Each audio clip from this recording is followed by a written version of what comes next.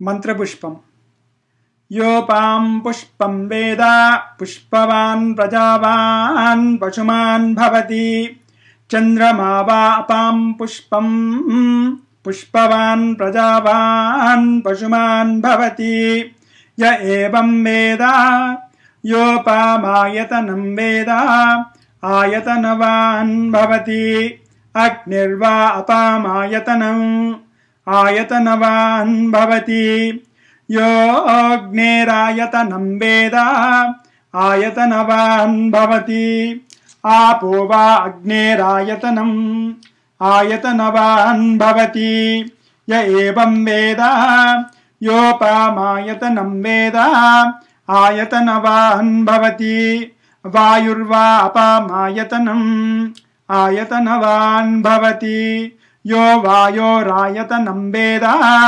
आयतनवान् भवति आपो वै वायोरायतनम् आयतनवान् भवति य एवं वेद योपामायतनं वेद आयतनवान् भवति असौ वै तपन्नपामायतनम् आयतनवान् भवति यो मुष्यतपत आयतनं वेद आयतनवान् भवति आपो वा आमुष्यतपत आयतनम् आयतनवान् भवति य एवं वेद योपामायतनं वेद आयतनवान् भवति चन्द्रमा वा अपामायतनम् आयतनवान् भवति यश्चन्द्रमस आयतनं वेद आयतनवान् भवति आपो वै चन्द्रमस आयतनम्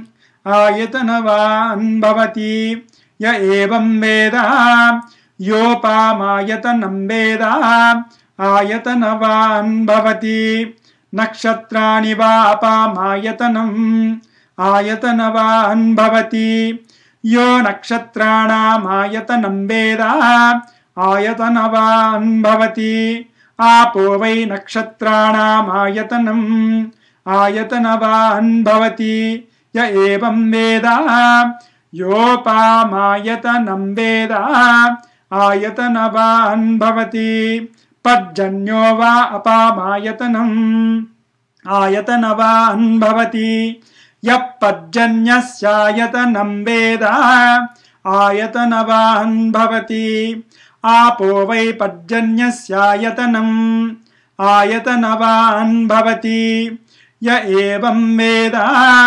योपामायतनं वेद आयतनवान् भवति संवत्सरो वा अपामायतनम् आयतनवान् भवति यः संवत्सरस्यायतनं वेद आयतनवान् भवति आपो वै संवत्सरस्यायतनम् आयतनवान् भवति य एवं वेद योऽप्सुनावं प्रतिष्ठितां वेद प्रत्येव तिष्ठति किं तद्विष्णोर्बलमाहुः कादीत्युक्तिं परायणम् एको यद्धारय देवः रेजति रोदसी उभे वाताद्विष्णोर्बलमाहुः अक्षराद्दीप्तिरुच्यते त्रिपदाद्धारय देवः यद्विष्णोरेक्तमुत्तमम्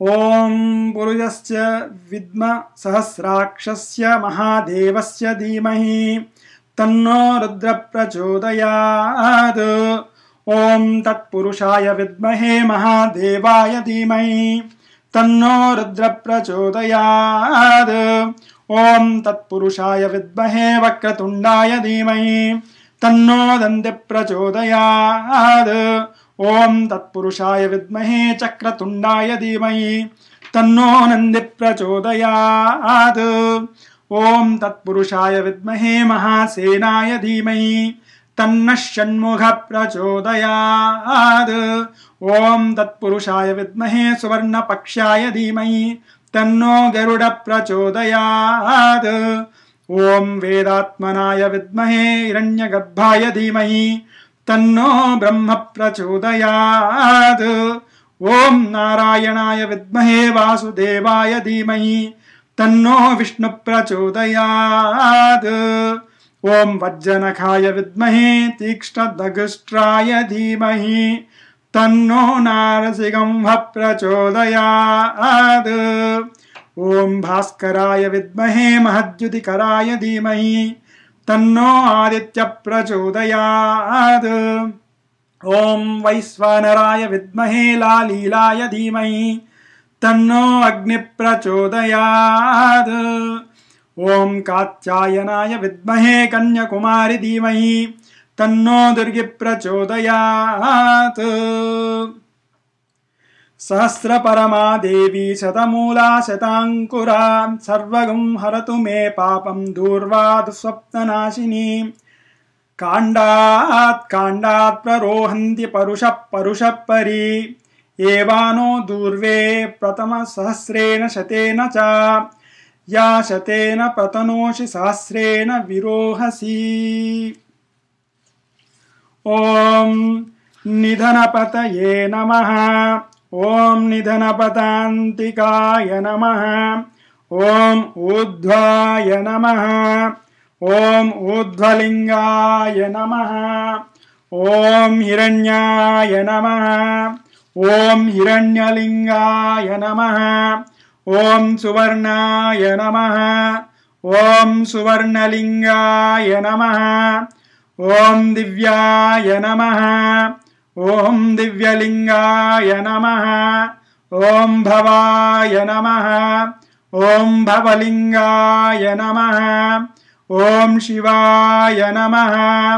ఓం శివలింగాయ నమః. ఓం జ్వలాయ నమః. ఓం జ్వలలింగాయ నమః. ఓం ఆత్మాయ నమః. ఓం ఆత్మలింగాయ నమః. ఓం పరమాయ నమః. ఓం పరమలింగాయ నమః. సజ్జోజాతం ప్రపద్యామి సజ్జోజాతాయ వై నమో నమః. భవే భవేనాతి భవే భవస్వ మాం భవోద్భవాయ నమః.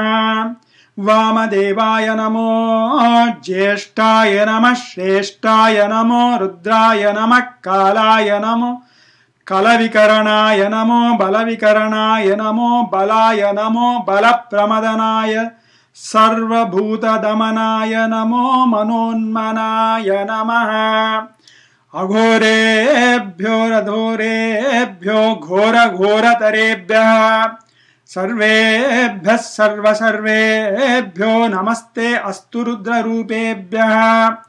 తత్పురుషాయ విద్మహే మహాదేవాయ ధీమహి తన్నో రుద్ర ప్రచోదయాత్. నమో హిరణ్యబాహవే హిరణ్యవర్ణ్యాయ హిరణ్యరూపాయ హిరణ్యపతయే అంబికాపతయే ఉమాపతయే పశుపతయే నమో నమః. ఋతగం సత్యం పరం బ్రహ్మ పురుషం కృష్ణపింగళం ఊర్ధ్వరేతం విరూపాక్షం విశ్వరూపాయ వై నమో నమః. రాజాదిరాజాయ ప్రహస్య సాహినే నమో వయం వై శ్రవణాయ కుర్మహే. సమే కామాన్ కామకామాయ మహ్యం కామేశ్వరో వై శ్రవణో దదాతు.